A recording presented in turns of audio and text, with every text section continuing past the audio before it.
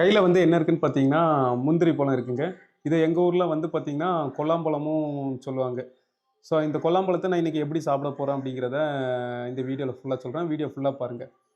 காலையில எந்திரிச்சு நல்லா வாக்கிங் போயிட்டு, தேரிக்காடுன்னு சொல்லி ஒரு இடம் இருக்கும். அந்த தேரிக்காட்டுல வாக்கிங் போயிட்டு, தேரிக்காட்டுல இந்த முந்திரி மரம் வந்து நெறையா இருக்குங்க. இந்த முந்திரி மரத்தில காலையில ஃப்ரெஷ்ஷா போய் எனக்கு தேவையான பழங்கள வந்து பறிச்சுட்டு, அதுக்கப்புறம் அத வீட்டுக்கு கொண்டு வந்து நல்லா கட் பண்ணி, உப்பு போட்டு, நல்லா வெரசி, இந்த மாரி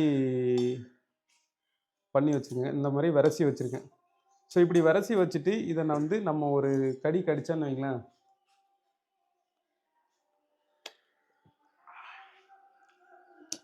இப்படி சாப்பிடும்போது எனக்கு அப்படியே இந்த உமிழ்நீர்லாம் சொரந்து, நாக்கு ஃபுல்லா எச்சி வந்து அது அப்படியே விழுங்கும். அந்த அளவுக்கு இந்த முந்திரி பழத்தோட உப்பு சேர்த்து சாப்பிட்டோன்னு வைங்களேன், உங்களுக்கு அவ்வளோ டேஸ்ட்டா இருக்கும்.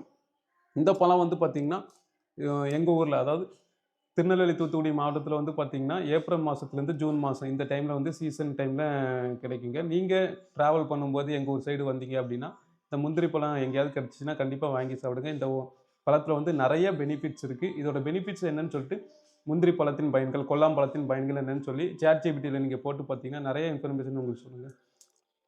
அதோட அந்த பழத்தையும் நீங்க சாப்பிட்டு பார்த்து அதோட பயன்கள வந்து நீங்களும் பெற்றுக்கொள்ளுங்கள். இதே மாரி யூஸ்ஃபுல்லான வீடியோவுக்கு என்ன ஒரு ஃபாலோ பண்ணிடுங்க. முடிஞ்ச அளவு இந்த வீடியோ ஷேர் பண்ணி விடுங்க. இந்த பழத்த பத்தி தெரியாதவங்களும் தெரிஞ்சுக்கட்டும். இத எப்படி சாப்பிடணுங்கிறவங்களுக்கும் இந்த வீடியோ மூலமா அவங்களும் தெரிஞ்சுக்கட்டும். அடுத்த வீடியோ சந்திப்போம். பாய்.